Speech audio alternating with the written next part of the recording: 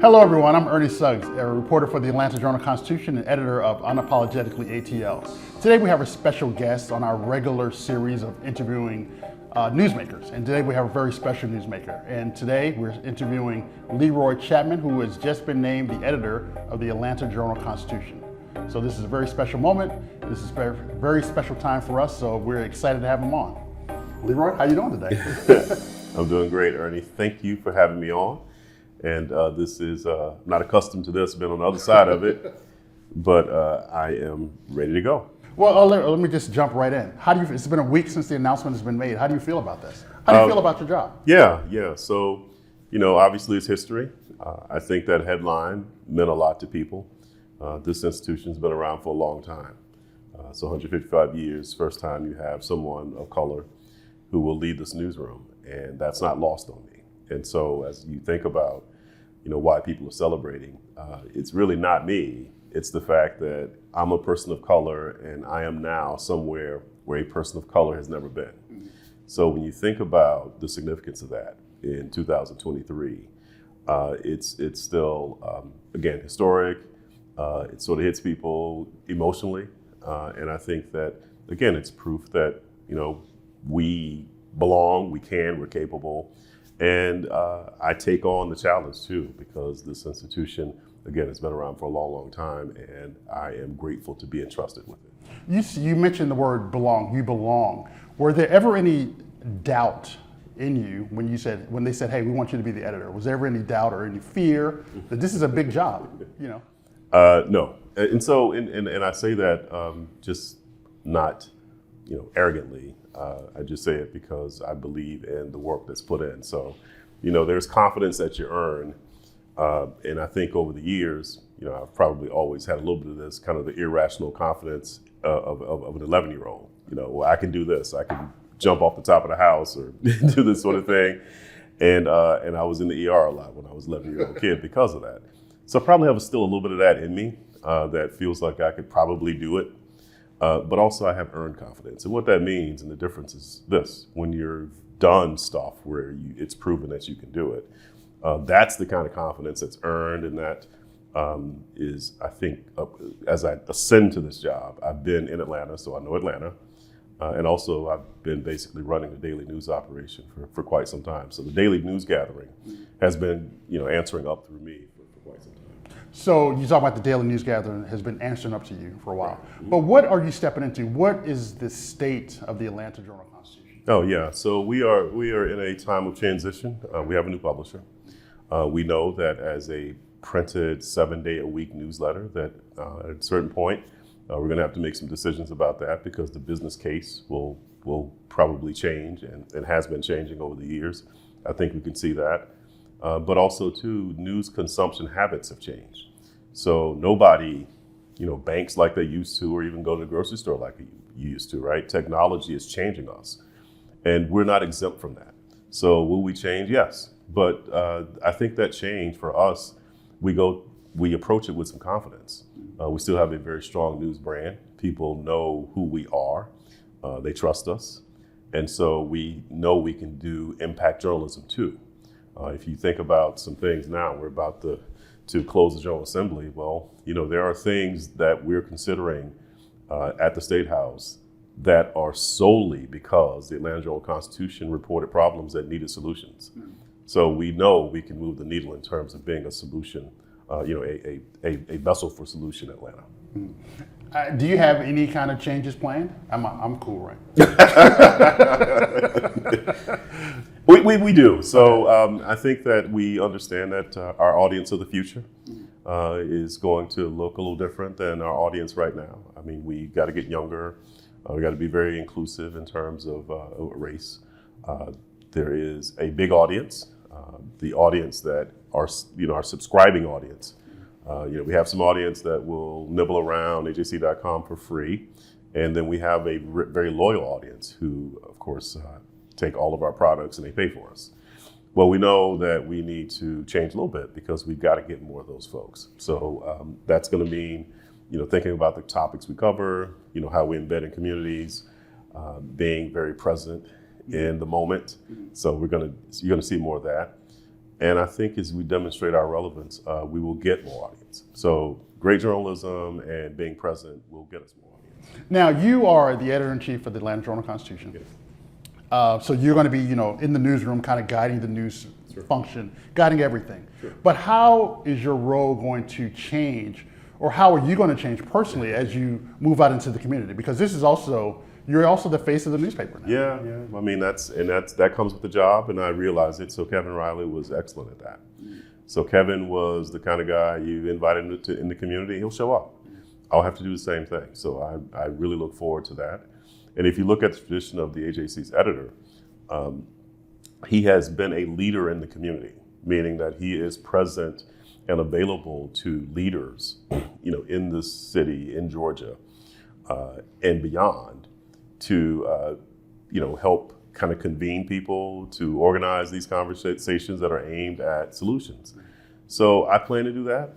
I've been hearing from leaders throughout Atlanta so far, and I will continue to craft a relationship where we can, not only speak and talk, thoroughly about the issues that are important to them, but we're also doing the other side of that, which is to be present in our communities too, and I intend to do that as well. Mm-hmm. You talk about confidence, and when this was announced, you talked about your transition here from the South Carolina. You worked for the state, and you said you never thought that you would be an editor at the state, and you never thought when you came here that you would be editor of the newspaper. Right.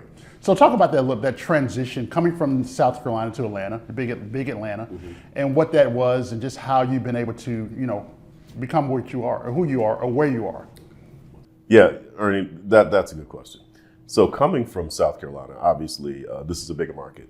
But not only is this a bigger market, Atlanta is a significant city, not just for Georgia, for the South, for the country. So coming here, I've come to realize that you can tell just about every American story here, because you can tell a story about what Atlanta is in terms of wealth, education. Look at our politics. We're closely divided. That mirrors the country. Demographic change. We've seen that here. So all of the American stories can be lensed through Atlanta. So when I got here, I was hired for a job that, didn't require me to even have a team. And I did so, and some people wondered, why would I do that? Because I had a team in Columbia, and I was doing work that was, I found to be gratifying, because I was the editor of the politics team. And what that meant during that era when I was running that team, it was nationally significant stories, because it was the rise of Barack Obama from a candidate to winning the nomination to becoming president. So I was a politics editor there and got to see a lot of that stuff up close. And then right after that, it was Nikki Haley, who became the first female governor of color in our country's history. So I got to see a lot of history there. It was great, but Atlanta is more dynamic. And of course, I walked into a newsroom with a ton of talent. So when I get here, of course, it's very difficult when you see a bunch of talented people to think that you'd be the one who's going to lead them. In fact, I saw lots of folks capable of leading. But for the grace of God, it's me. But given that, I think along the way, I got good experiences, had a good boss. I was able to model myself after some of the things that he was doing. And then, of course, you're talking about 12 years, so probably the first 5 or 6, I probably didn't think it would be. Mm-hmm. Then I started to think maybe it's possible. And so I didn't formally lobby for the job, but I think as things developed, I started to think, well, maybe I could. Well, let me ask you this. So when you had the politics team in South Carolina, you came here and you didn't have a team. I didn't. That's kind of a risk. It is. It's kind of a risk in your career. You were comfortable. What made you feel comfortable in taking that risk? So, I was betting on myself a bit, but I also had a couple of people who were editors here during an interview who said, we could use more people like you in our newsroom. And they thought I was a cultural fit. So I'd done a variety of things. So before I became politics editor, I did a lot of things as a reporter. I spent 6 years on the editorial page. So I was very much doing a little of what I'll be doing now. I had to be the face of a newspaper in my hometown of Greenville, South Carolina. I was the first African-American to break that color line, which there had not been anyone on the editorial board that was of color until I'd gotten there. Well, I should correct that. Anybody who had been on the editorial page until I'd gotten there.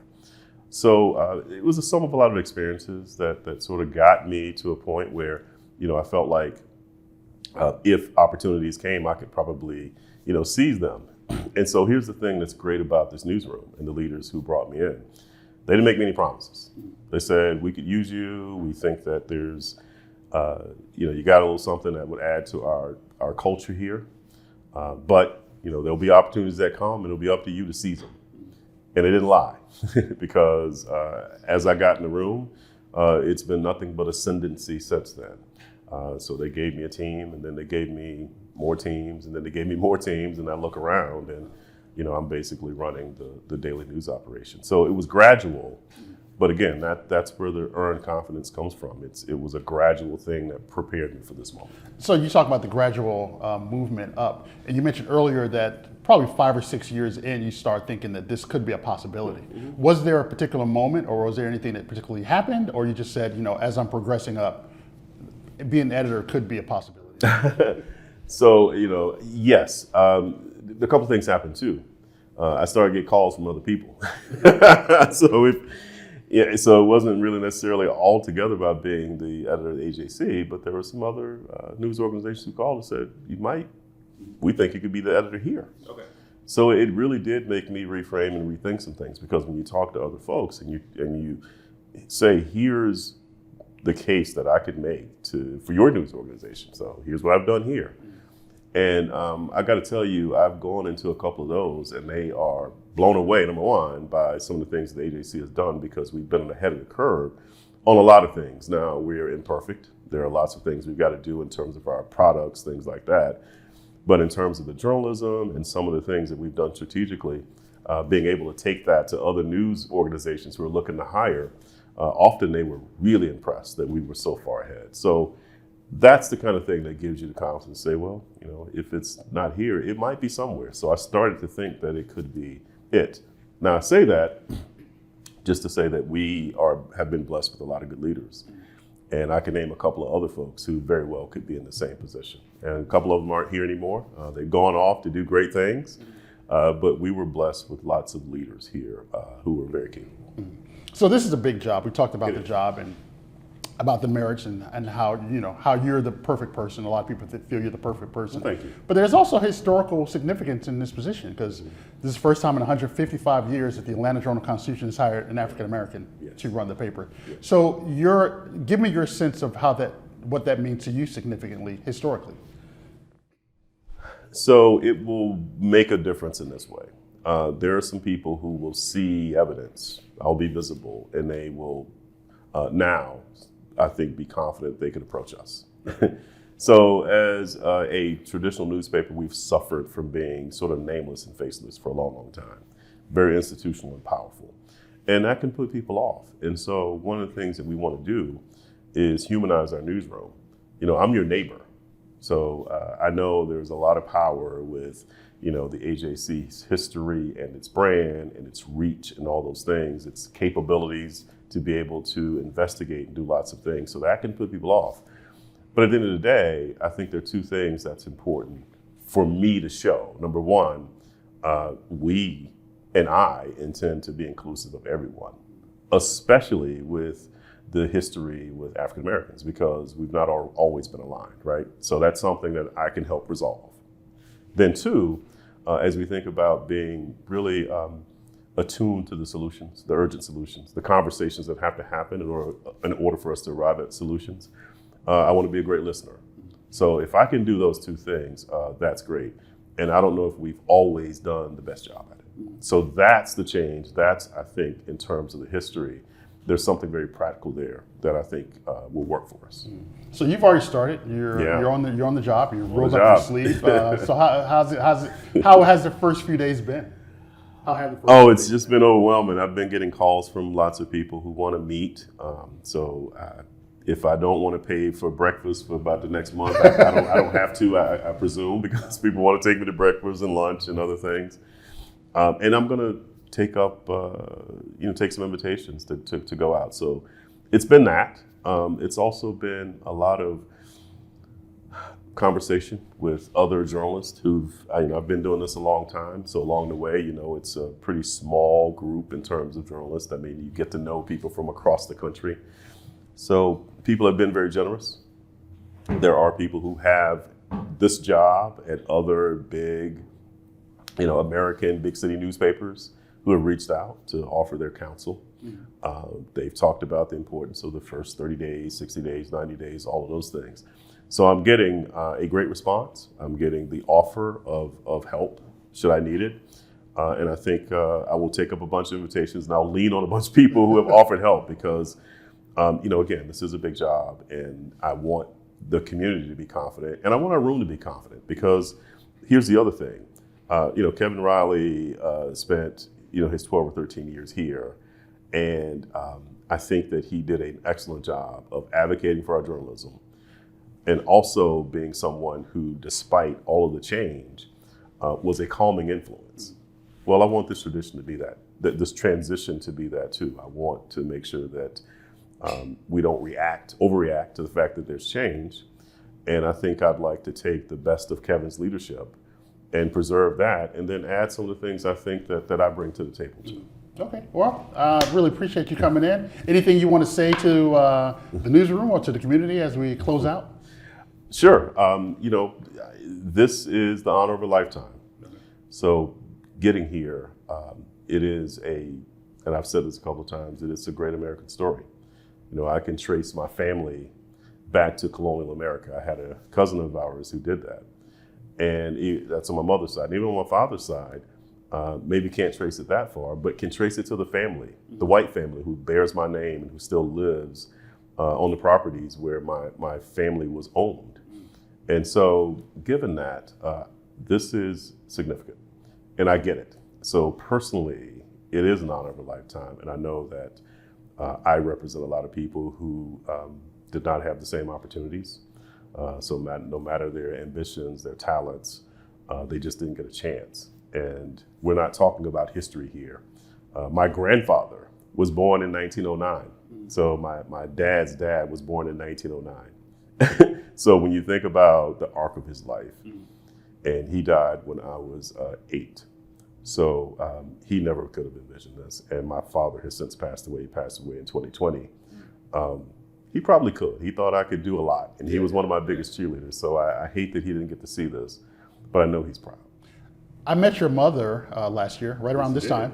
What did she think about this? Let me tell you, my mother's pretty proud.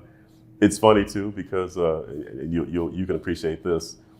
Even before I got this job, I don't think my mother really recognized the other job I had before this one, right?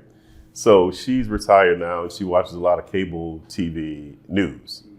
So I grew up in a house where I always subscribed to a newspaper, always watched the news, and that hadn't changed, right? My mother's still doing this. So Greg Bluestein, one of our politics reporters, and Tia Mitchell, they're on television a lot and that's strategic, they're on television a lot.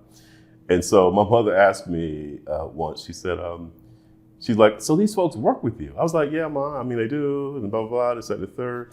And I said, they're great. And she said, so you work with them? I said, yeah. I said, well, technically, I said, I'm kind of their boss. She's like, oh. I said, well, okay, really. I'm actually their boss's boss. And so she looked at me, right? And she was like, one day you're going to have to really explain to me what you do. Because she was just blown away that not only would I be the boss of these folks who are on television all the time, but I'm actually their boss's boss, to which, that's what it is. People sometimes don't understand it. But now that, there's, this particular title that has this kind of visibility, I think there's probably more understanding of what it is. So I think I can explain to my mom now. Yeah. But I think in terms of the community, though, just know that this is a big, talented room. We are purpose and mission driven. We're going to serve this community. We're going to listen. I'm going to be visible. And I may not be able to get everywhere I need to be, but I'm going to work my hardest to be there. So that's my pledge to this community. I love Atlanta. And of course, as I mentioned before, there were times where maybe I could have gone somewhere else. But I'm glad to be chosen because I've chose Atlanta a long time ago. So I'm glad to be chosen for this. Well, good. Well, congratulations. All right. Thank you, Leroy man. Chapman, editor of the Atlanta Thank you, man. JournalConstitution.